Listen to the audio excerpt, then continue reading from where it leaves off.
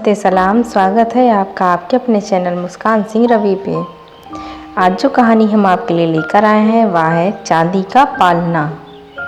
कहानी शुरू करने से पहले यदि आप मेरे चैनल पर नए हो तो मेरे चैनल को सब्सक्राइब कर लें और बेल आइकन प्रेस कर लें ताकि मेरे चैनल पर आने वाली वीडियो की नोटिफिकेशन सबसे पहले आपको मिल सके। बिना देरी के शुरू करते हैं आज की अपनी कहानी। अलका एक बहुत बड़े सेठ जी मदन लाल जी के घर बहू बनकर आई थी। सेठ जी के दो बेटे थे। बड़ा बेटा सुनील जिसकी शादी हो चुकी थी, छोटा बेटा मोहित जिसके लिए अलका को पसंद किया गया था। सेठ मदन लाल जी का कारोबार बहुत फैला हुआ था। देश विदेशों में उनके बड़े संस्थान थे जहां बहुत अधिक मात्रा में कपड़ा बेचा जाता था। सेठ जी की बड़ी बहू जानकी एक बहुत बड़े परिवार से थी। जानकी बहुत घमंडी थी। वह हमेशा अपने पति सुनील से लड़ती झगड़ती रहती थी। पूरा घर इसी बात से परेशान रहता था। धन दौलत नौकर चाकर सब होते हुए भी शांति नहीं थी। सेठ मदन लाल जी का छोटा बेटा मोहित विदेश से पढ़कर आया था। बहुत मेहनती था। सेठ जी के व्यापार को उसने बहुत आगे तक बढ़ा दिया था। विदेशों से आने वाले सभी ऑर्डर को वह खुद संभालता था।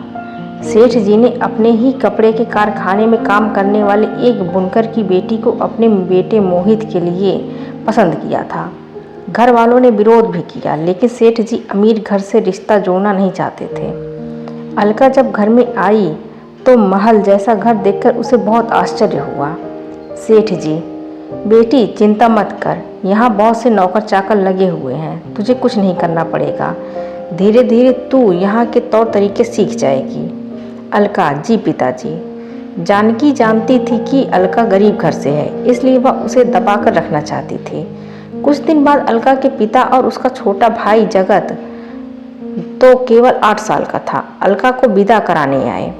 सेठ जी ने दोनों बाप बेटों का बहुत आदर सत्कार किया। अपनी बेटी को देखकर उसके पिता की आंखों से आंसू बहने लगे। पिता, बेटी तुझे इतना सुख मिलेगा ये तो मैंने सपने में भी नहीं सोचा था। अलका अपने पिता और भाई से मिलकर बहुत खुश हुई।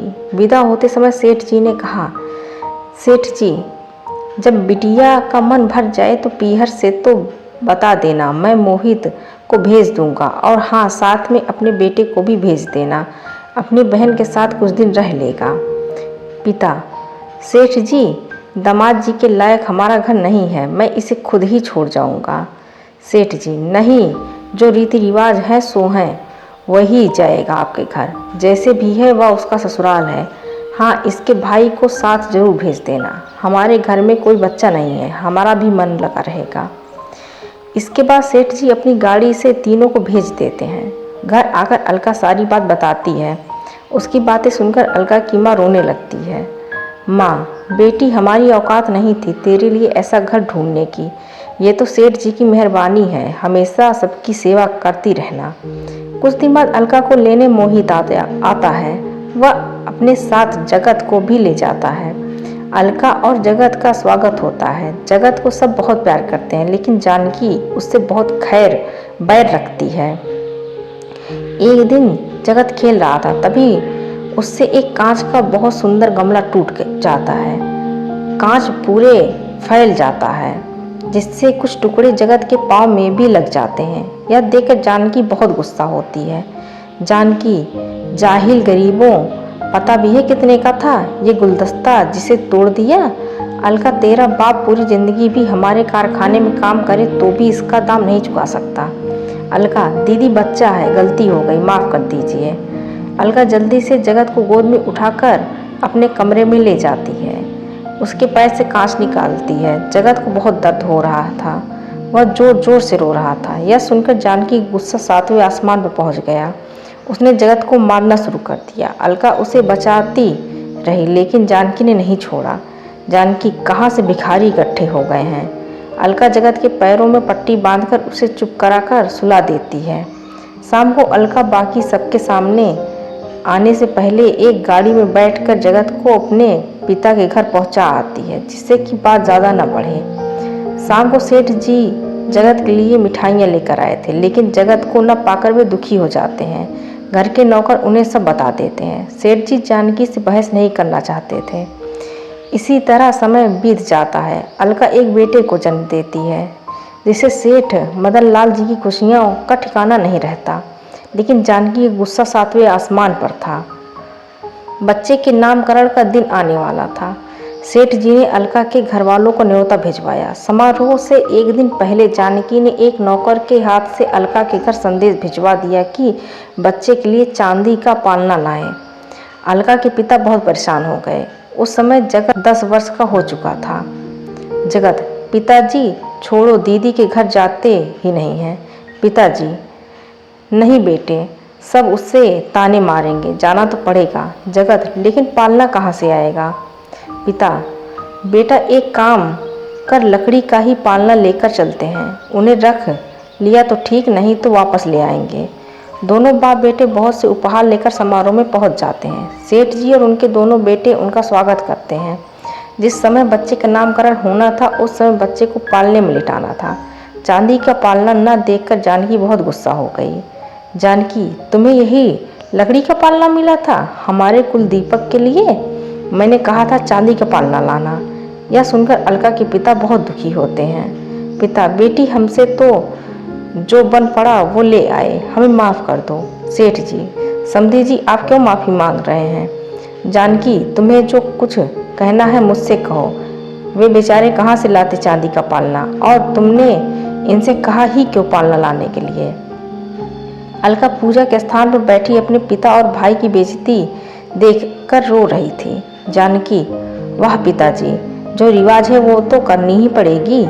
सेठ जी, चुप रहो, जाओ बहू, सब मेहमान जुड़े हैं, मैं चांदी का पालना मंगा लेता हूँ। जानकी, नहीं पिताजी, पालना तो मायके से ही आता है। जगत को बहुत गुस्सा आ जाता है। जगत, बड़ी दीदी, मैं आपसे वादा करता हूँ, जब तक अपने भांजे के लिए चांदी का पालना नहीं ला देता चैन से नहीं बैठूंगा। चलिए पिताजी। दोनों बाप बेटे आंखों में आंसू लिए वहाँ से चले जाते हैं। अगले दिन जगत काम ढूंढने लगता है। वह छोटी सी उम्र में ही मेहनत करके पैसा जोड़ने लगता है। इस बात को 10 साल बीत जाते हैं। इस बीच न अलका कभी अपने पीहर आई, न उसके पीहर से कोई उसकी ससुराल गया। सेठ जी अब बूढ़े हो गए थे। वह ज़्यादातर घर पर ही रहते थे। एक दिन उनके घर के सामने एक बड़ा सा ट्रक उतरा जिसमें बहुत सा सामान था। ट्रक के साथ आए मजदूर एक एक करके सारा सामान अंदर ले जाने लगे। सेठ जी ने उनसे पूछा, लेकिन वे बिना कुछ बताए सारा सामान घर के आंगन में रख आए। सेठ जी, ये सब क्या है? हमने तो कुछ नहीं मंगाया। तभी बाहर से एक आलीशान कार आकर रुकती है। उसमें एक बहुत सुंदर युवक बाहर निकलता है। घर के आंगन में पहुंचकर वह सेठ जी के पैर छूता है। सेठ जी, बेटा तुम कौन हो और ये सब क्या है? अलका और जानकी भी वहां आ जाती हैं। अलका, जगत तू कितना बड़ा हो गया, पूरे 10 साल हो गए तुझे देखे। जगत, दीदी आपने पहचान लिया? अलका, हाँ, अपने भाई को कैसे भूल सकती हूँ। बता माता पिता कैसे हैं? जगत, सब ठीक हैं। बड़ी दीदी थोड़ी सी देर हो गई, देख ये देखो। यह कहकर वह नौकरों को इशारा करता है। नौकर सारे सामान से कपड़ा हटाते हैं। एक बड़ा सा चांदी का पालना, बहुत सारे हीरे, सोने के जेवर, बच्चे के लिए चांदी के खिलौने, पूरा घर उनकी चमक से चमचमा रहा था। जानकी, भैया मुझे माफ़ कर दो, मैं घमंड में तुम्हारे पिता का अपमान किया था। उसकी मुझे यही सज़ा मिली कि मेरे कोई औलाद नहीं है। अलका अपने भाई के गले लगकर खूब रोई। अलका, भैया कभी बहन की याद नहीं आई? जगत, बहन याद तो बहुत आती थी, लेकिन पिताजी का अपमान यहाँ जाने से रोक लेता था। आज मैंने अपना फर्ज पूरा किया, अब तुझसे मिलने आया। अलका, पिताजी का अपमान मेरे कारण हुआ, इसलिए मैं कभी मायके नहीं आई, किस मुँह से आती। जानकी, बहन मुझे माफ़ कर दो, ऊपर वाले ने तो मुझे सज़ा दे ही दी है। अलका, नहीं दीदी, मुझे आपसे कोई शिकायत नहीं, हमें अपने से ऊपर घर में रिश्ता नहीं करना चाहिए था। सेठ जी, बेटी ठीक कह रही हो, मैं अपने घर के लिए सुख लेने गया था, तुम्हारे हिस्से में दुख भर आया। जगत, सेठ जी, क्या अब मैं अपनी दीदी को ले जा सकता हूँ? इस चांदी के पालने ने रोक रखा था आने को। सेठ जी, बेटा हमें शर्मिंदा मत करो, अपनी दीदी को ले जाओ, जब तक चाहे वहाँ रखना और अपने पिता से मेरी ओर से हाथ जोड़कर माफ़ी मांग लेना। अलका अपने 10 साल के बेटे को लेकर अपने भाई की गाड़ी में बैठकर अपने पीहर की ओर चली। आज की कहानी बस इतनी सी। मिलते हैं अगली किसी कहानी के साथ।